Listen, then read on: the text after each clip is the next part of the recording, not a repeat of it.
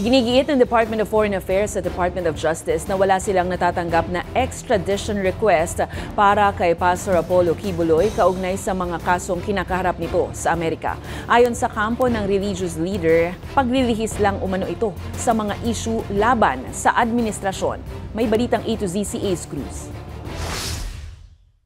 Kinwestiyon ng kampo ni Pastor Apollo Quiboloy ang timing ng extradition request ng Estados Unidos para harapin ang kasong sex trafficking, coercion, conspiracy, bulk cash smuggling at iba pa na isinampa ng US Federal Bureau of Investigation o FBI. Hindi ko alam kung ito ay diskarte na naman ng administrasyon na to na i-divert yung attention doon sa skandalo, doon sa flood control. Miyerkules nang sabihin sa text message ni Philippine Ambassador to the US Jose Manuel Romualdez na nasa Department of Justice o DOJ na ang mga papeles na may kaugnayan sa extradition request. Hunyo pa niya sinumite ng Estados Unidos ang request at nagpa-follow up na ito. June pa daw nila natanggap yung request for extradition.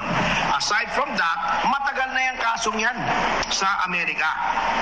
Bakit ngayon lang nag-extradite? Pero iginit ng Department of Foreign Affairs o DFA na wala silang natatanggap na anumang request mula sa Estados Unidos para i-extradite si Quiboloy. Sinabi naman ng DOJ na wala ring itinatransmit na anumang request sa kanilang tanggapan.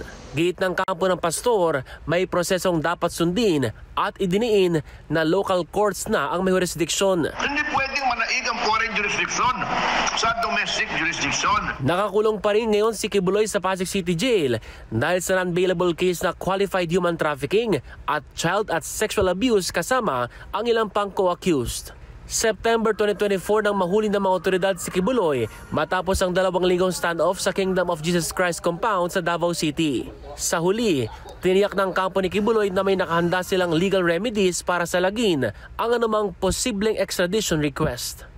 Para sa Balitang A to Z, Ace Cruz.